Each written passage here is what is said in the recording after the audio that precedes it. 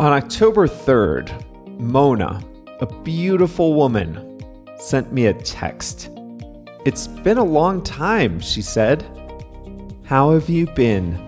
I'm coming to the United States soon." On July 25th, Ray said he was going to travel to Italy soon and he wanted to ask my advice on something. On May 1st, Bella asked if this was still Danny's phone number. On April 5th, Linda sent me a message saying the quote for my home renovation was complete. On March 28th, Vandia told me that Anna had recommended me. And just yesterday, Jonathan offered to buy my house. Just one thing, I don't know Mona, I don't know Ray, I don't know Bella, Linda, Vandia, Anna, or Jonathan. I don't know what scams they were running exactly, but it's very likely that they were running pig butchering scams. Welcome to Plain English, where we help you upgrade your English with current events and trending topics. I'm Jeff in Mexico City. JR is the producer, and he has uploaded today's full lesson to plainenglish.com/525. Coming up today, pig butchering. It's an ugly name for an ugly scam. The latest version of a confidence scam comes from Southeast Asia and tries to get you to invest in cryptocurrency. And this scam is working on real people. In the second half of today's lesson, I'll show you what it means to show your true colors, and we have a song of the week. Let's get going.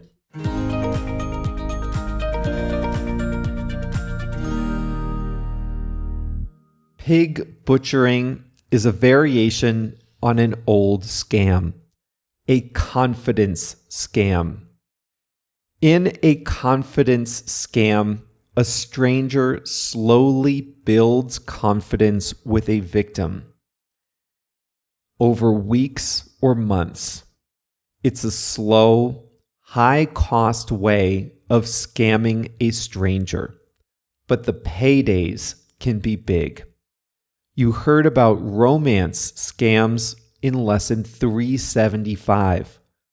Pig butchering is a romance scam's crypto cousin. First of all, a note on the name. These scams are called pig butchering because the scammer takes a long time to fatten a pig, the victim, before slaughter. Here's how it works. A scammer creates a false identity, usually on a social media network like Instagram, WhatsApp, or even LinkedIn. The scammers then send messages to other numbers or profiles, faking a case of mistaken identity. These are the Monas, the Vandias, Rays, and Bellas that litter my own WhatsApp inbox. When a victim responds, the scammer tries to continue the conversation in any way possible. "Oh, you're not traveling to Italy? I'm so sorry. I'm so confused these days because my mother has been so ill. I must have gotten the wrong number. Please forgive me." If the target responds in any way, the scammer has a hook. The conversation might start with an innocent discussion of sick relatives, travel, mistaken identities, anything. It doesn't matter. The scammer just needs a reply, a spark, some way to keep a conversation going. And then the scammer befriends the victim, talking about anything and everything.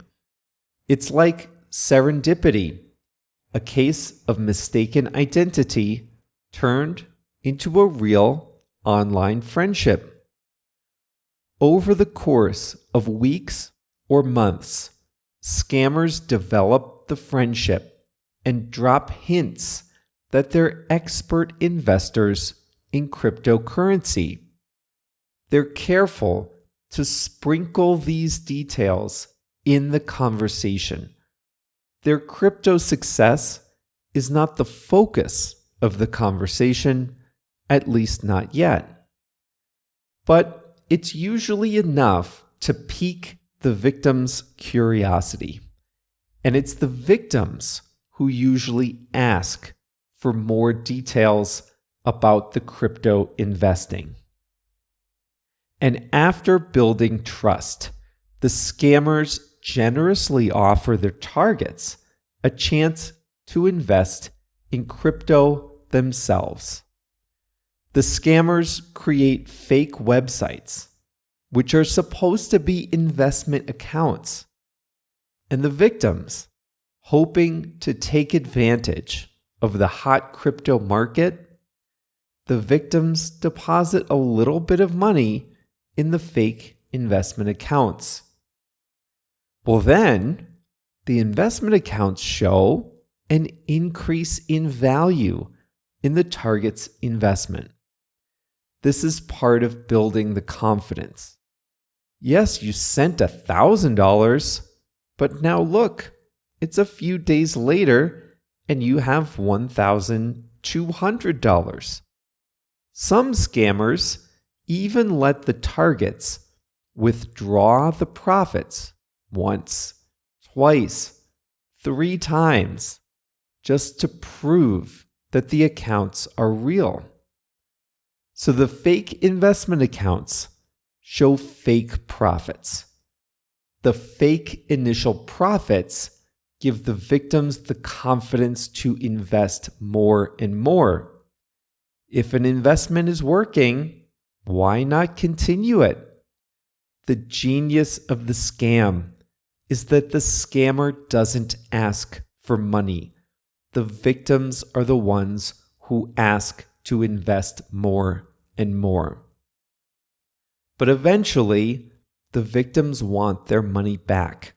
And that's when the scammers show their true colors.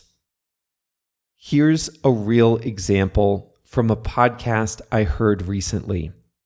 One victim, a Chinese immigrant to the United States named Jane, she wanted to get her money back, over $600,000 that she had invested.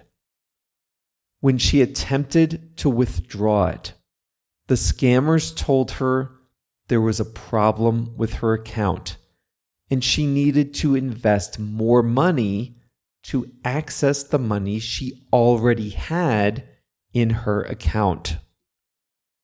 That didn't seem right, so she called the investment account's customer service.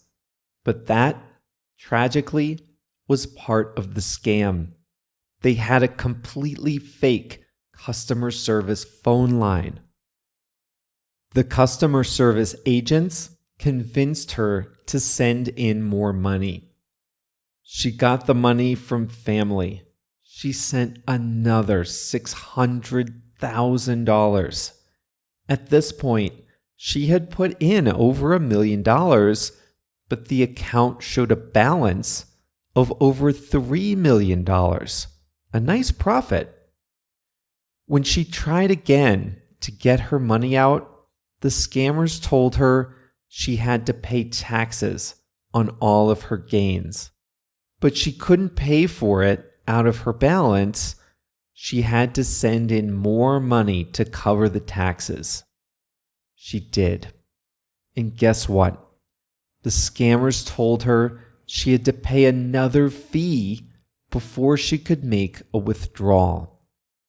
And that's when this victim knew it was a scam and called the police. And the police said there was nothing they could do. She had lost over $1 million of her own and her family's savings. Other people are not so lucky. The fees become more ridiculous. ProPublica details one scammer requesting a tax, then a security deposit, then a processing fee, then a fee to expedite the processing. One fee more brazen than the last. That victim said he had paid so much money that he kept giving in to the scammer's demands. Other victims are prompted to take out loans, cash in all their savings, even remortgage their homes. And it all starts from an innocent text, a wrong number, a case of mistaken identity. Sometimes the scammers gloat. They mock their victims just when the victims realized that they're being scammed.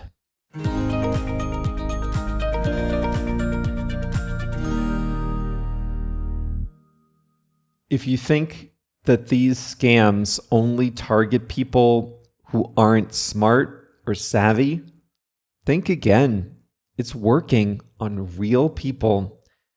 And in the transcript and in our Facebook group, I'll link to a podcast episode where you can hear that woman in her own words, in her own voice, describe how she lost the money to pig butchering. Your heart breaks as you listen to her. Her whole savings is gone. She offered to divorce her husband. That's how ashamed she was of her mistake. It's very powerful. So go to plainenglish.com/Facebook or check out the transcript and find the link.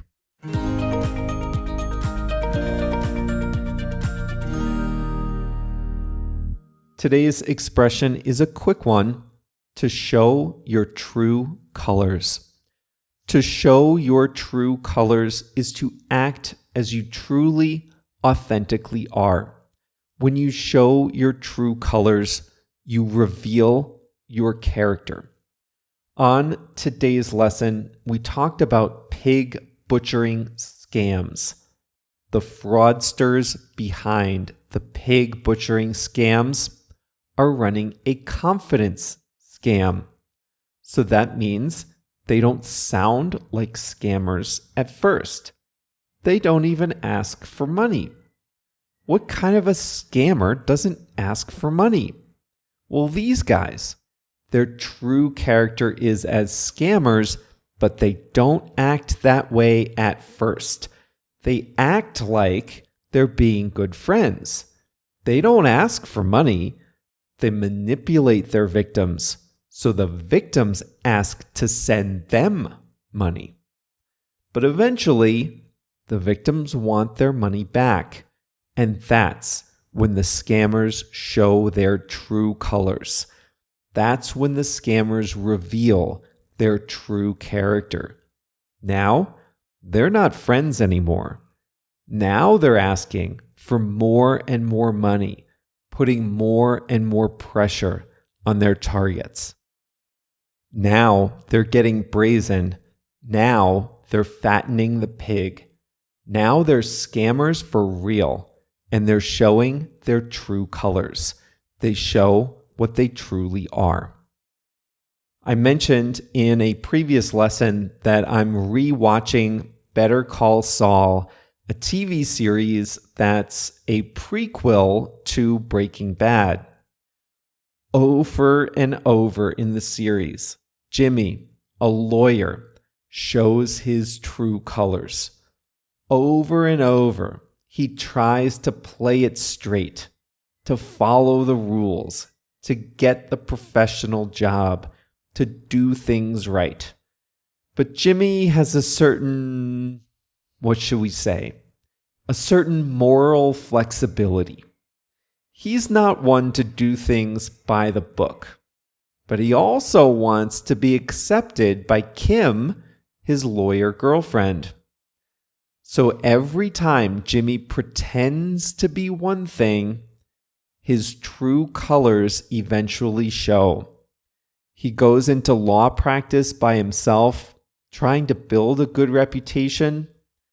But in doing so, he mocks his old employer by copying their logo and putting it on a billboard. He gets a job at a prestigious law firm, but then he acquires clients unethically. His true colors, his authentic character, eventually shows. It doesn't always have to be a negative thing. Sometimes average people without any history of standing out are put in a situation where they have to act heroically. Did you see the movie Sully? It came out in 2016, was directed by Clint Eastwood. Tom Hanks plays a pilot named Sully Sullenberger. He was a commercial airline pilot. Commercial airline pilots have a tough job, but you hope they never have to use their skills. You, as a passenger, hope everything goes smoothly. Well, it didn't. One day in 2009, U.S. Airlines Flight 1549 took off from New York City, heading for Charlotte, North Carolina. But birds flew into both engines and disabled both engines shortly after the flight took off. The pilot of the flight, Sully, showed his true colors that day. He showed his true character as a pilot who takes safety seriously. He was well trained and ready for an emergency. He landed the plane in the Hudson River, and all 155 people survived. Tom Hanks plays Sully in the movie. It's on Netflix.